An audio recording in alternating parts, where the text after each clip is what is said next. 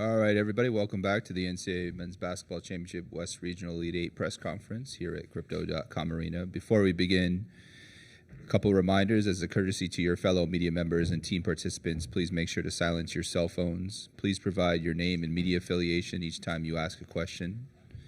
We've got 2 mic holders in the room. We'll get them over to you. If you're joining us on Zoom, please make sure to use the raise hand function for questions, and we'll get to you if time allows at the end. And one final reminder, recording of this press conference on cell phones and cameras is prohibited. We now welcome Clemson head coach Brad Brownell and student athletes Joseph Girard III, Chase Hunter, and P.J. Hall. Coach, we'll have you begin with an opening statement, and then we're going to turn it over to questions for the student athletes first. Yeah, just excited to be in the Elite Eight. Certainly a tremendous accomplishment.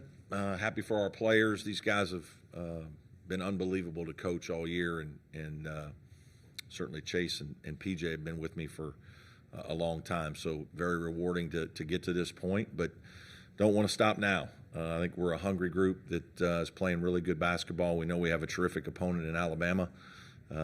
They played fantastic last night and beat a really good Chapel Hill team. So we have our hands full, but we're excited for the opportunity. All right. We'll open up for questions for the student athletes. Let's start here in the front. Hey, PJ, Facts and Childress, 105.5 The Roar. Can you just talk a little bit about the magnitude of this moment, being a premier player on a team headed to their second Elite Eight in program history, and then obviously the local ties, going to Dorman High School, growing up in the state of South Carolina? Yeah, it's really cool, obviously. But, growing up, I was never like a huge, basketball or sports watcher, so I didn't realize the magnitude of, what it would mean to a community to get to a spot like this and have the opportunity to go to the first Final Four of the school. But, now that I'm here and seeing how much excitement there is back home, it's incredible the support we have. And it really speaks to the culture of Clemson and the culture of the community around there. It's a special place to play and a place to go to school. Like I said, man, it's incredible. We'll go next to Jordan over here. Jordan Mendoza, USA Today Sports. This question could be for any of you guys. Alabama's talked about, they wanted to make the adjustments from what they saw in the first matchup they played against you guys. When you guys are going over, trying to talk about, the strategy for tomorrow, what are kind of some things you guys are trying to focus on so you guys can not only beat them again, but advance to your first Final Four? I think for us, it's kind of the same. Coaches talked to us a little bit since we found out that's who we were playing against. That they're kind of a completely different team than they were when we played them earlier, and so are we. So, but obviously, there's advantages and disadvantages that you had in the first game that you can use. But again, it's March now, and that was back in November or December. So it's completely different teams, but at the same time, you just got to go in there, follow the game plan, and make sure you do what you do. We'll go to the fourth row. For any of the players, Jonah Krell, Arizona PBS. Last night, your win against Arizona was your 12th win away from home, which set a school record. I'm just curious, and it was a pretty heavy Arizona crowd. For you guys' mindset, what is it about those atmospheres that gets you guys up to play? Joseph, we'll begin with you. Sorry. Playing away from home is a lot of fun. For me personally, I know these guys as well. Especially with such an older group, you're kind of used to those environments. But at the same time, you kind of thrive in them. Obviously, we love playing at home, love playing in Little John in front of the fans, and it's a lot of fun. But sometimes when you can go on the road and play in a hostile environment, it gets you kind of juices flowing a little bit even more. It gets you fired up. So, last night was almost like an away game for us, like you said. And we were just ready to go, fired up from the beginning, and had the mindset that we were going to go in there and try and keep the crowd as quiet as we could. Anything to add, please? No. Anything to add? All right. Anybody else have any questions in the room here? We'll go next to the front row, right here. John Blau, the Post-Courier. Chase, I remember talking to you in the preseason about just conditioning and wanting to kind of take that to another level, the ladder drills and all that. Yeah. The way you've been able to play late in the season, do you think it has anything to do with kind of upping that and being able to finish late in games? Yeah, I would definitely give credit to conditioning. We did a lot of stuff this summer that, was kind of strenuous on us, and I think it kind of prepared us for the season. And then when you're just playing throughout the season, you kind of get more conditioned as the season goes. And now that we're in the later half of the season, my condition has definitely picked up and allowed me to play through full games. Joe, go ahead. Darren Carter, Greenville News. Joe, it wasn't your best shooting night last night, but you were able to impact the game with your passing and playmaking. What does that speak to for you to, even though you're kind of known as being a shooter, that you're able to get the offense flowing and get the offense flowing? I mean, just got a lot of great players around me. These guys make my job so much easier. If I can draw two defenders sometimes, whether it's off the ball or on the ball, and I know I got a lot of other four great players who are out there who can put the ball in the hoop. It's a pretty easy job. So, it's kind of studying an all tournament, and I think it's helped us out a lot. And I think that's why we're having so much success. But at the same time, the other four guys out there are pretty good as well, and know how to put the ball in the basket. So it's a pretty easy game when it's 4-on-4. Go ahead. PJ, how do you not make this game bigger than it is, though? Obviously, to have such a huge opportunity to get to a Final Four, how do you mentally focus yourself to not make it too big? For me, it's funny. I was talking to our mental performance coach last night about that. Whenever I'm out on the court, I really don't feel the magnitude of a game, whether it's in the Dean Dome or at Cameron Indoor or anything like that. Whenever I'm out on the court, it feels like I'm just playing, especially in a game like this. Like whenever you're back home watching March Madness, you feel this is the Elite Eight, this is a big game. But when you're out there going up and down the court, you're really just playing. And the crowds aren't insane. It's not a true road game. It's an incredible environment, but being able to know that you're just out there playing ball and keeping calm, that's the best way to go out there and continue to just have a steady pace. If you have a question here in the room, make sure to raise your hand. We'll get a mic over. Go in the back. Go ahead. Don Munson, Clemson Radio. This is for PJ, the three players. Describe to me the relationship that you have with Coach Brownell, because each of you, different little level. So kind of each one of you, describe your relationship with Coach. Joseph, start with you. Go ahead. Yeah, I'll start. Yeah, man, it's been a long journey for me and Coach. I came in as a freshman, and things didn't go as well for me, but battled through some injuries, and he was there by my side the whole time. And, I think that through these 5 years, I've learned a lot from him. Russ X and O's on the court, off the court stuff, and we built this big relationship. And now that we're here, it's crazy. It feels surreal to be in this moment after 5 years to go through everything that we did. And but I appreciate Coach for everything he's done for me. And he's taught me a lot about the game. I think for me, obviously, it's a lot different than these guys. I've built a really great relationship with them, and it was pretty fast. In the transfer portal, I was obviously looking for a good team that I could go to where I could make a run, but also wanted to go somewhere that I'd have a relationship with the coach for not just a year, but for the rest of my life. And that was the guy that I put my trust in, and he put his trust in me as well. And it's been nothing short. And I'll know that I'll talk to Coach Brownell for forever, and have a lot of faith in what he does for me on and off the court. Because obviously he's made me a better player, but a better person as well. I'm kind of in the same boat with Chase of how long I've been here with him. Also with me, I've battled some injuries and didn't play much my freshman year either. So it wasn't necessarily I came in here, it was right away making an impact. And so having that support from him for the last 4 years, it was always there, and I always knew it. He always made it known. And it's funny, we're on two opposite ends of the spectrum of detail-oriented and how we go about things. And so it's funny, you have that, but also we're right next to each other and being competitive and ready to go out there and fight. And so that dynamic is really funny, and you see that in the game, when he's up in my face and I'm out there trying to get the crowd going. He's trying to calm me down. It's definitely yin and yang, but it's special, and it was, coming to Clemson and playing for him is something I would never change. Go ahead, fourth row, back there. Yeah, Chase, Addison Callblock, Arizona PBS. Just kind of take me through, what was it like seeing your younger brother get that crucial steal at the end of the game with the and one? It was definitely big. I think a big moment for our family. I looked in the crowd, I looked at my mom, and, she was going crazy up there. But, definitely a surreal moment, seeing the videos and stuff. It's just crazy, to be in this moment, to be in the Sweet 16 with my little brother, and he makes scored the game-winning play to finish it. You know, it was definitely surreal, like I said, and you know, I'm proud of him. Any other questions for the student athletes? Well, in the front, right here, Nick. Facts and Childress 105.5 The Roar. This is for Chase. Chase, we're both Atlanta natives. Can you talk a little bit about just the magnitude behind what it means for the city? Saw you post on Instagram, a lot of people in the comments, obviously, and then back home, everybody's showing love. Just talk a little bit about Atlanta and what it means to the city. It means a lot. You know, a lot of players on our team are from Atlanta. I think I was kind of one of the first guys to start that pipeline, and you know, a lot of good guys have come to this team. You know, and have made a big impact. And, you know, for us to be putting on for the city, it means a lot. And, you know, I think that we all want to keep going and make more history. But you know, we're all proud. I'm proud of these guys that are from Atlanta on this team that have been making impacts in games and stuff like that. But yeah, we're definitely proud, and you know, we're gonna keep putting on for the city for sure. We'll go back to the fourth row next. Hey, Coach.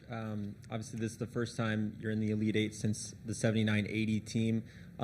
You being around Clemson for so long, has anyone from that team spoke to you about this moment? Obviously, Larry Nance was on that team. Has anyone from back then talked to you about playing in this game? Nobody from that team.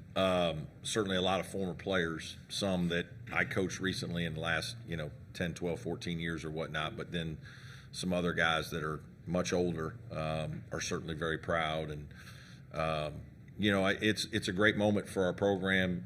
Certainly we want to keep going. But, yeah, taking these kinds of steps are big ones. We know that. And I think our alumni are very proud of what this team is about, both on and off the court. Do we have any questions for the student athletes here in the room? All right, we're going to go to Zoom here.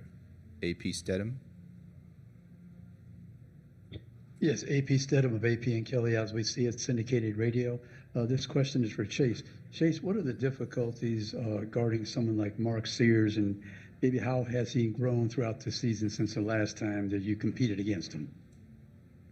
Yeah, definitely a great player. You know, someone who can create plays for himself and create plays for his teammates.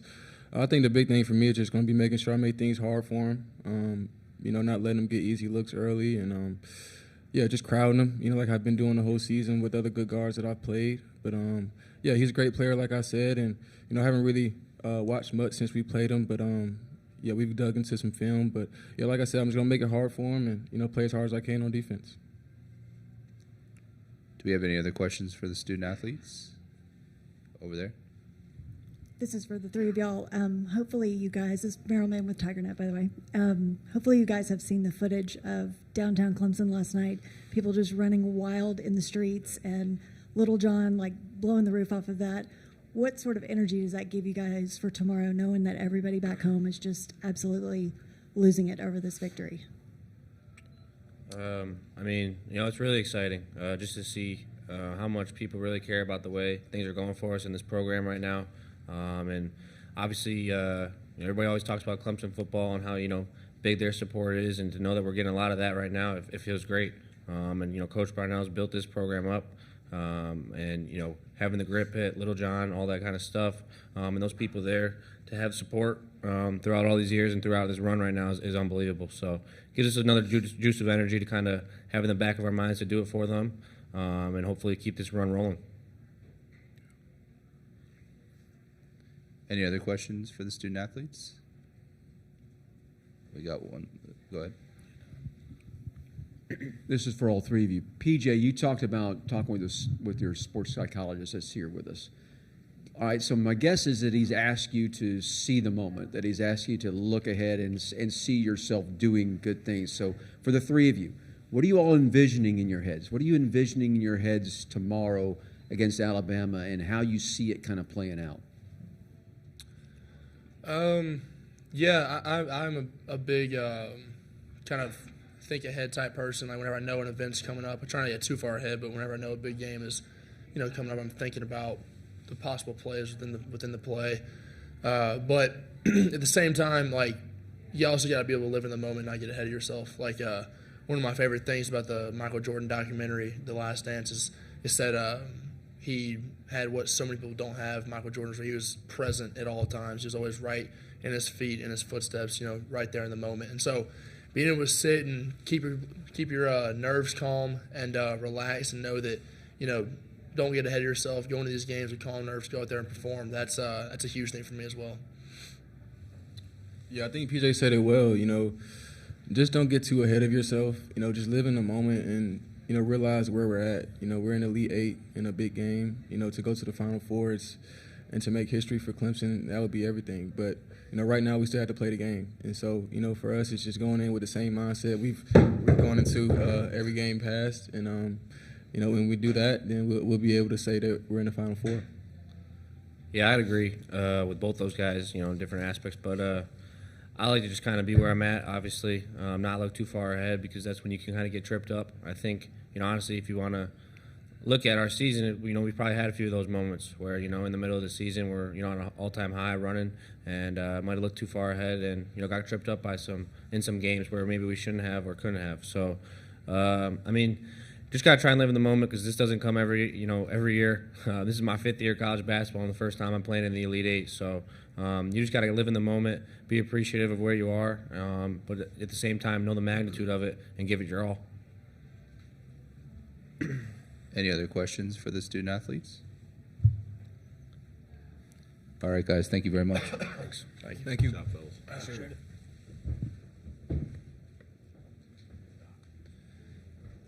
We'll now continue for questions for Coach Brownell. We'll start right here in the front. Get a mic over to you. Give us a second.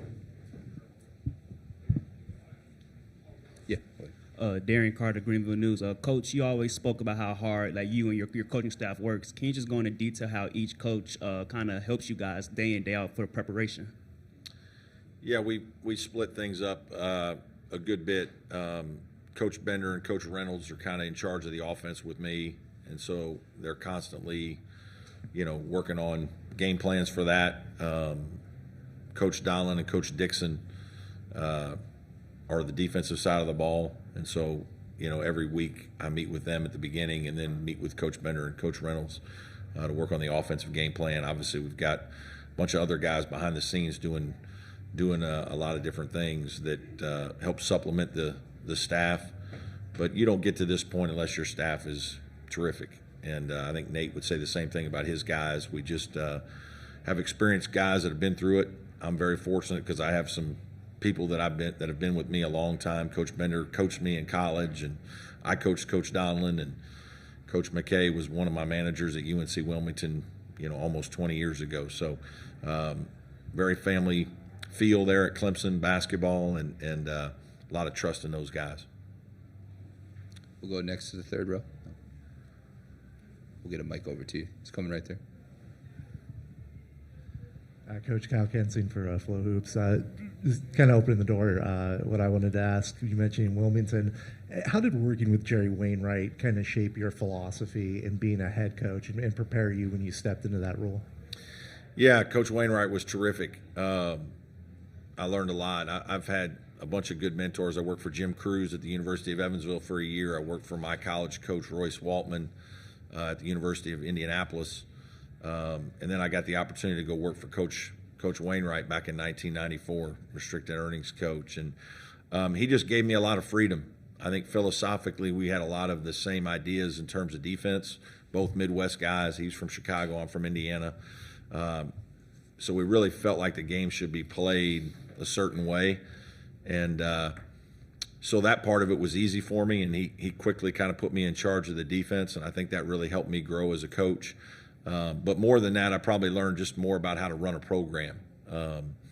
He was a tremendous speaker, fundraiser, unbelievable relationships with the players, very good recruiter, and so I just saw all the different things that he was good at, and I also saw the fact that he delegated, right? He gave his assistants freedom to be involved, and obviously held us accountable, but I've taken some of that with me as well. So, again, you don't get to these points unless you've worked for really good folks, and I'm very blessed that he was one of my mentors. We'll go next to Jordan over here. Jordan Mendoza, USA Today. Coach Oates mentioned earlier that when you see Clemson and Alabama playing in Los Angeles, you think it'd be happening in the Rose Bowl. And a lot of people online have been saying, like, oh, here we go, another Clemson-Alabama matchup. But this time it's in basketball. What does it mean to see, a traditional or a school that's been known for football, to have a team like yours that's now, like, having success in basketball? And how do you guys continue to manage, hey, we're a football school, but also, like, we're doing something big in basketball? Yeah, I think the first thing you better realize, I'm sure Nate feels the same way, is you're the head basketball coach at Clemson or Alabama. You're not going to become a basketball school. Like, you're going to be a football school. And you better embrace that early on. And that's okay with me. I'm great with that. I have a great relationship with Coach Sweeney. I want us to be great in everything, and we are really good in a lot of sports at Clemson. I just, there's a pressure you feel because you want to have as good of programs as the other coaches have, right? Coach Noonan in soccer's won national championships.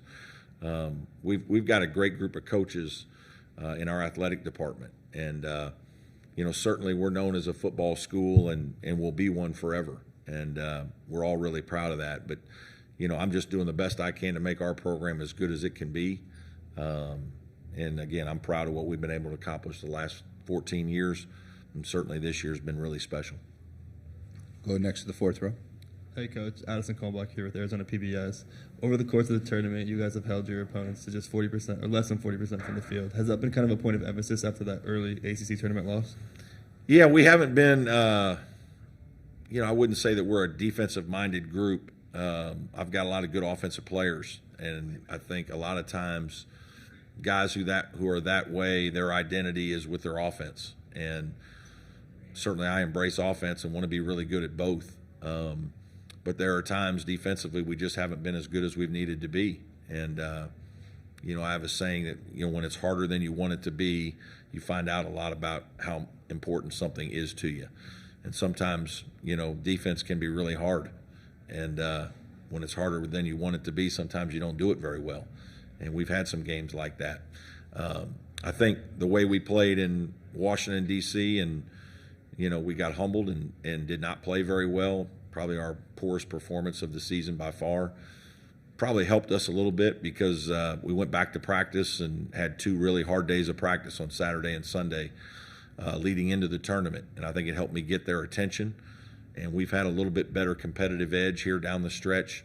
And certainly the good defense has helped us advance. Right here in the front.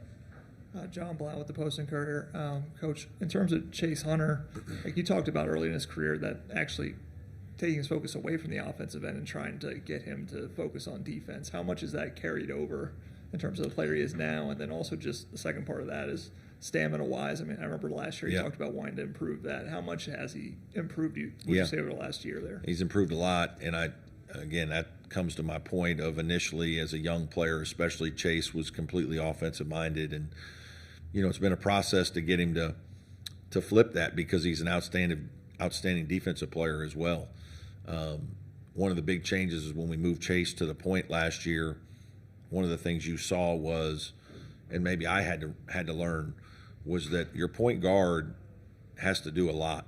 Obviously handle the ball, get you into offense, all those things, deal with press. But he's also probably got to guard about 50 ball screens. And so there's a wearing effect there that, sometimes if a guy hasn't played that position, that's different. And I think Chase went through that a lot last year. I think he's much better this year. He's completely different. I think he's much stronger, both mentally and physically, and I think you see it in his play right now. We'll keep it in the front. Go ahead. Darian Carter, Greenwood News. Coach, just your parents were in the stands yesterday for the Sweet 16. Just how special it is to have them in attendance and following along with you on this journey with your team. Yeah, it's great. I'm very blessed. Raised by 2 wonderful parents, and they've had the opportunity since they retired to follow our teams. And it started when I was at UNC Wilmington. They would come down there for 3 months. They did the same thing in a different way when I was at Wright State. And now, obviously, the 14 years that I've been in Clemson, they've come down and gotten away from the weather. And most of the time it was just to see their granddaughters who were young at the time. But it's also my dad's a former high school coach and just loves to be around the game. My mom loves basketball, and so for them to get out of the weather and be able to spend time with their grandkids and occasionally me and go to games, and my dad goes to practices, it's what we've done. And certainly it's a great story, and for them to be a part of this with me is fantastic. We'll go next to the second row. Hey, Coach, this is Grayson Mann from TigerIllustrated.com. I just wanted to ask you about Joseph Girard's evolution as a defender. Obviously, he's well known as an offensive guy, but coming to Clemson, not too familiar with playing the man-to-man defense. Just how have you seen him progress on both sides of the court and just that evolution in the postseason? Yeah, I mean, he's obviously very willing, right? I mean, he's one of those guys that wants to be good and knows that if he's going to play for me, that's going to be part of the deal. And you know, he's a competitive guy, so he's going to compete. Obviously, like a lot of guys, he has some physical limitations, but he's also a bright guy, and he's a guy that, you know, can be a play ahead because of your basketball IQ. I think he's learned a lot. I think, you know, it's certainly been very challenging for him in terms of a guy who hadn't played it in a long time. There's been some things he's had to catch up on, but again, a smart guy, a tough, competitive guy who's willing is going to be fine, and he's done a very good job for us. Come back to the front here. John Blount with the Post and Courier. Joe Girard yesterday got a FaceTime call from Dabo in the locker room. I guess how much have you been able to communicate with Dabo during this run, and what's his words to you been like? Yeah, a lot. Not a lot throughout the tournament. About 3 times yesterday, leading into the game once or twice, and then after the game, you know, got a text from him, and then another text first thing this morning. And I think there's a lot of jockeying going on between some of his friends who are Bama fans. There might be even a few dinners bet with some of his old cronies, because he told me this morning that we really need to win. But obviously we have a great relationship. You know, he took me under his wing when I first got to Clemson. He was, you know, maybe in year 2. We've spent a lot of time together over the years, and you know, he's a huge basketball fan and thinks he's a good player, loves to play. So, you know, it's fun. We enjoy each other's company, play golf some together, have vacation occasionally with each other and our families. So they're just great people. I mean, that's one of the best things about being at Clemson is we just have so many good folks in our department, certainly in our community. You just really enjoy being a part of it. And Dabo's one of the guys that makes everybody feel welcome. We all know who he is and how famous he is and all that. But to us, he's just a regular guy. Go next to third row.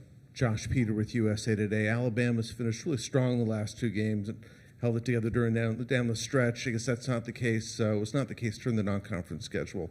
What's changed about them, and how do you potentially combat it? I think they've just gotten better. Some of it is, you know, Grant Nelson looks more comfortable. Obviously, the way he played in the last 10 minutes of the game last night was remarkable. Probably made himself a lot of money. He's, you know, we played him early on, and he was still kind of feeling it out. I'm sure Nate was doing the same. We're all trying to put our teams together. You know, we think we're good at this. We're not sure about that.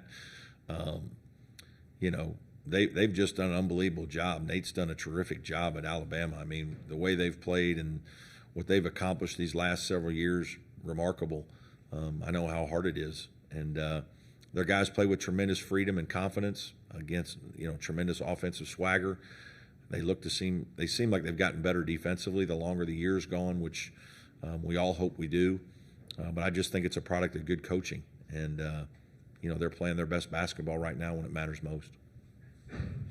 Any other questions here in the room? We'll go back to the front row. John Blount, the Post and Courier. In terms of the moment, obviously, Clemson's never been here before. How do you, like, kind of what is your message to them in terms of how to not make it too big? Or how do you frame that for them? Yeah, I just I've talked about this with our team for a long time this year. I told our team early on that I thought we were good enough to make a Final Four. You know, and it was really when we were struggling in January, and I was a little upset with them. I thought they were a little full of themselves. They weren't listening and being quite as coachable as they maybe should be at times. We were different. We had a different feeling from November and December. And quite frankly, we got smacked in the mouth a few times. And, we were we had a stretch where we started the league 4-6. And I kind of told our guys, this is a turning point. We go 4-6 down the stretch, we won't make the tournament. And I said, I've only told 2 teams that I've coached at Clemson that I thought they were good enough. Our 18 team was good enough. And if Dante Grantham didn't tear his ACL, we might have made it. And my guys understand because I'm real with them. They know when I'm upset. They know, it's straight talk. And so I think they understood that, and it hit home that, man, Coach thinks we're really good, but, we're blowing this opportunity. And so we just had to, kind of stick with it. There's going to be growing pains. There's going to be ups and downs during seasons. And so I say that to say that this isn't the first time we've ever thought about it or talked about it. It probably didn't seem, realistic maybe back then, and maybe it didn't seem realistic to some guys at the beginning of the tournament, especially after the ACC tournament. But there is a quiet confidence about our group. Our guys are good players. I think they know that. They know that I think that they're good players. And when I think that we play the right way and play at a high level, we can play with just about anybody in the country. We've proven that. And we're certainly going to have to do that tomorrow to win. Any other questions here in the room? All right, let's go over to Zoom. AP Stedham. Hi, Coach. This is AP Stedham of AP and Kelly as we see it, syndicated radio. Coach, you've played Alabama a couple times now, and I guess the last 4 years. There's been some consistencies in the outcome of 8-point difference, and you've held them below their average. What's been your key to defeating a Nate Oates coach team? I don't know about all that. We've played well. Those games don't matter. They really don't. I don't know that there's anything that we've done that's special. Sometimes you're a little fortunate. I think we've gotten our defense set and maybe guarded pretty well. But other than that, I don't know that we've done anything that other teams maybe in their league didn't do. Certainly been excited to play those teams and their games because of how good they are. We just have a lot of respect for how good Alabama's been. And so when you get an opportunity to play good teams like Alabama, your guys are up for it. They're excited, but there's no specific coaching thing that we've done that's, been any different than what other people have probably tried to do. Any other questions here in the room or on Zoom? Looks like we got another one from AP. Go ahead. Hey, Coach, AP Stedham again. Coach, you spoke about Grant, and what are some of the things he's doing much better now than the first time when you competed against him? I don't know. He just looks more confident. Certainly was very aggressive last night. Had a phenomenal year. Made a bunch of winning plays. He shoots the ball. He drives the ball with size. He plays with force.